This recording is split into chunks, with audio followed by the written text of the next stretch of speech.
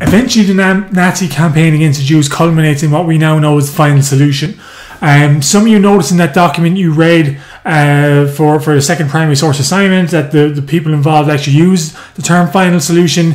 Many of you kind of took that as evidence immediately of this was mass murder, because we obviously associate the terms like final solution with mass murder, but it's actually from that specific document that the term final solution actually comes from, and it didn't have that same connotation before, as it were. And actually, as we'll talk about a little more in a bit, it was also the Germans trying to be deliberately vague about what exactly they were getting at, or at least being deliberately vague in terms of the bureaucratic record they were leaving behind.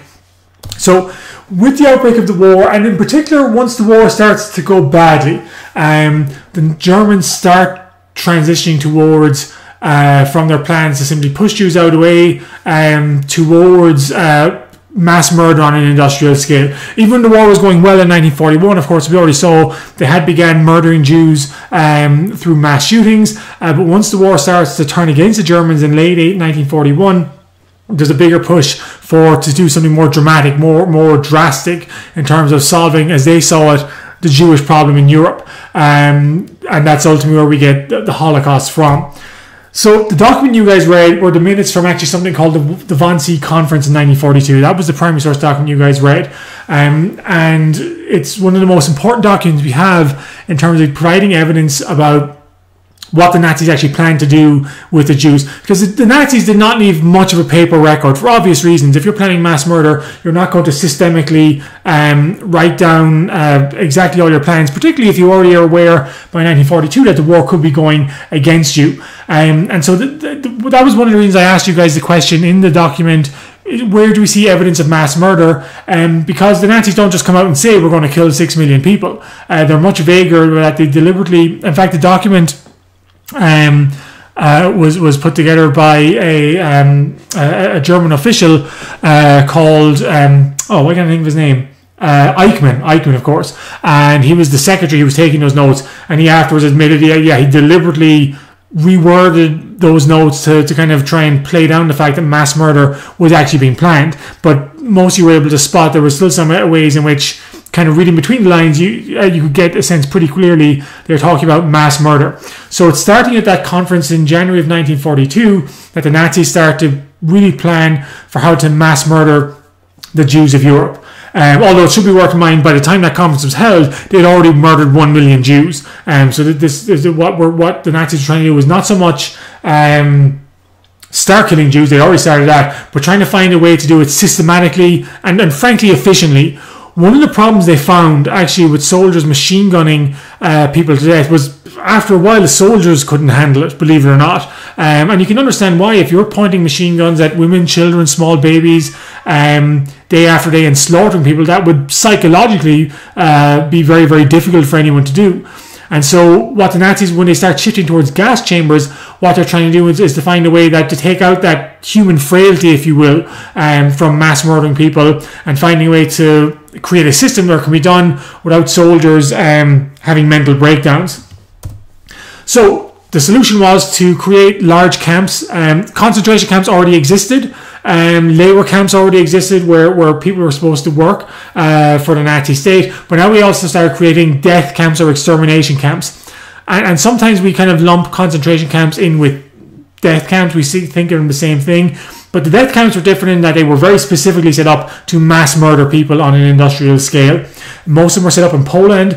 The Nazis began rounding up Jews across Europe and transitioning them by railway to these death camps where they can be murdered.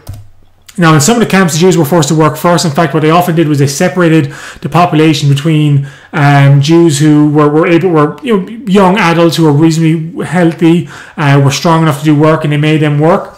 But those who were felt unable to do work were executed immediately. Oftentimes what they did was they lined up everyone who came into the camp, and they separated into columns. Some people went right and some people went left at this meeting post. And those who went left oftentimes were sent into the shower where they were gassed to death.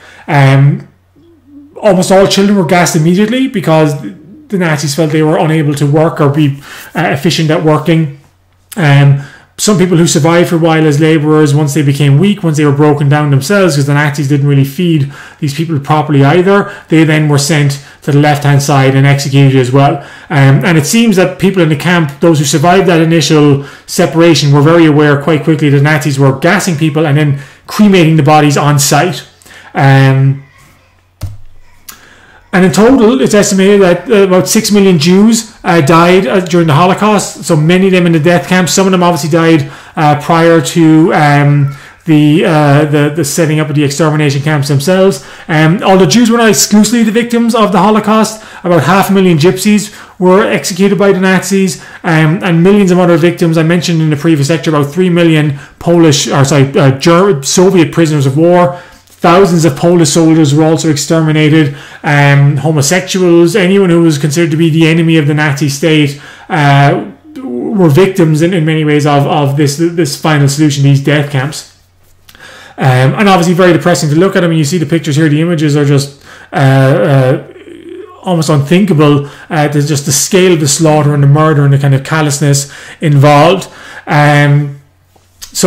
That's essentially what the final solution was. I do want to just finish this lecture by thinking a little bit about, maybe not outside the box, but thinking about how we understand the Holocaust's place in history. And forgive my daughter downstairs is crying, so if that's you hear crying in the background, that's what it is. One of the debates historians have had was the Holocaust a kind of freak incident that was totally out of place in the modern world, or in fact was it exactly a reflection of the modern world, that in some ways everything that had happened since the Enlightenment in some ways was building up to this. That sounds like a very odd thing to say, but let me explain to you why some people argue that the Holocaust really was an event of modernity, that it was something that could not have happened both in terms of the physical organization but also the mindset behind it, that simply wouldn't have existed prior to the Enlightenment and prior to the onset of modern thinking. That's the debate. Was it an act of medieval barbarism? And obviously we associate it in some ways with medieval times. I talked in the beginning of this lecture about medieval pogroms against Jews being slaughtered in medieval times, and so in some ways it kind of looks like a throwback to a time gone by, a mindset gone by. But others argue that in some ways that the mindset created by the Enlightenment, that we can improve things, that humanity is on the constant road to improvement and progress, that's ultimately what unleashed the Holocaust. And what does that mean? Well, to sum up a very complicated argument very simply, once human beings start thinking they can perfect life on Earth, as opposed to the older medieval ideas where life was seen as a transitory stage, and it didn't matter if life on Earth wasn't all that good because it would get better in the future when you died and went to the afterlife. But once human beings start thinking they can perfect life on Earth and make things better, then the only thing really holding them back is what their vision of what perfection is. And if you get someone like Adolf Hitler comes along, whose vision of perfection is having no Jews in society, that's where we get this mindset where we can simply remove the Jews from society through mass murder. That would justify it because it's an act of progress. In Hitler's mind, the Holocaust was an act of progress. It was a way of making Germany better than it had been in the past. So that's the thing. The thing you always should be a little bit careful about when you think of progress. I mean, broadly speaking, most of us would agree progress is a good thing. Progress is a positive thing. But depending on what way the lens of progress is being cast, it can have very, very ugly consequences as well. So, what was the Holocaust? Certainly, for one reason it was a kind of a modern thing, was simply the concept of the Jews as an ethnic race. You took older medieval ideas of the Jews as outsiders because of their faith, because of their business practices, and then you combine that with ethnic nationalism, a sense of racial nationalism, supported, of course, or at least by the standards of the time, justified by science. We talked about eugenics earlier on. These were not ideas outside the field of science. Many people believed in race, racial nations, racial nationalism, eugenics, ethnic identity, and that therefore the Jews became singled out as an ethnic race in a way that they did not exist in the past. So what I mean by that was, if you look at medieval Spain, which had a large Jewish population, when the king there decided that Jews were a problem, they could force the Jews to convert, because Judaism was ultimately a faith. But for the Nazis, Judaism, the Jews were a race, an ethnic race. I'm sorry, my poor daughter is very upset downstairs. I'm not sure what's going on. So forgive the background noise. But they were a race that could never be made German. They would always be apart from the Germans. Therefore, from the Hitler point of view, an unsolvable problem. They can't just be made convert, as medieval Christians often did to Jews, and therefore another solution needs to be found. this obviously combines with the idea of progress with social engineering, the idea to get rid of things that don't belong, that can't be changed, that kind of create imperfections in society, and a very dangerous concept when that's applied towards people. That people are a problem, people need to be removed, people need to be kind of dealt with as a threat to your perfect society, wherever the basis for that is.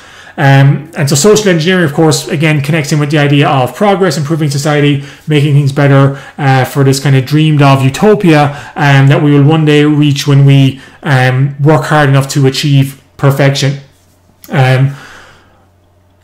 Another part, so again, but this is, the idea is a very modern mindset, and part of its modernity is also to do with medical thinking, that modern medicine, essentially, in modern medicine, what do we do if we have a problem? You remove it. If you have a cancer, you remove it. You remove things that are kind of contaminating the health of the body.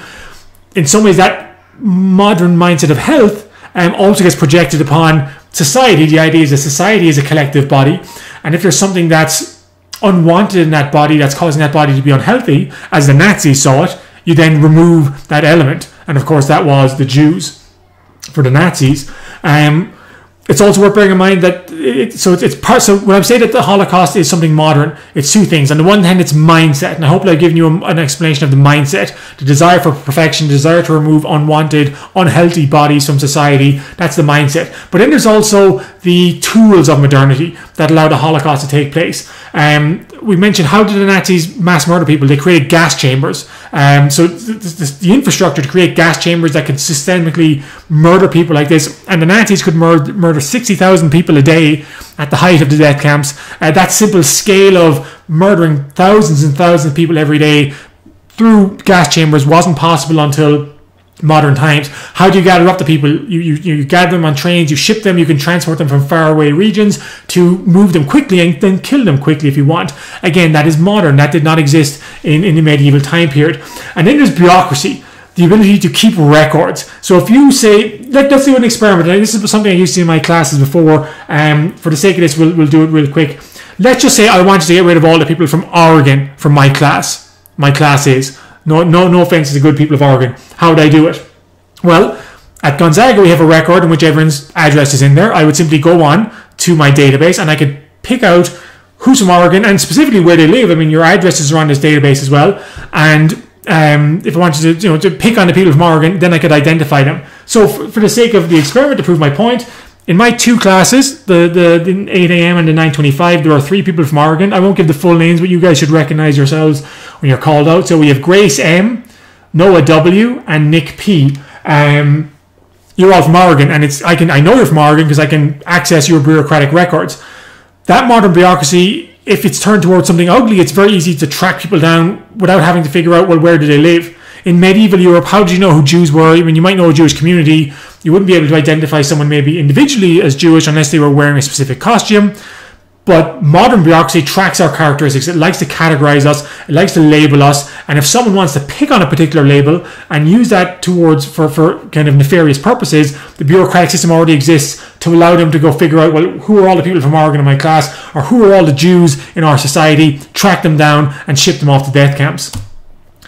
And the bureaucracy also plays an important role because it creates discipline. And what I mean by that was basically, if my job in the Holocaust was simply to gather up Jews, I could kind of absolve myself of responsibility. I was just gathering up Jews. If my job was to drive the train, I could absolve myself of responsibility. I just drove the train. If my job was to unload people from the train, I could say, well, I was just following orders. I didn't know what was happening. I could compartmentalize doing my own job and not having to think about what was going to happen to these people.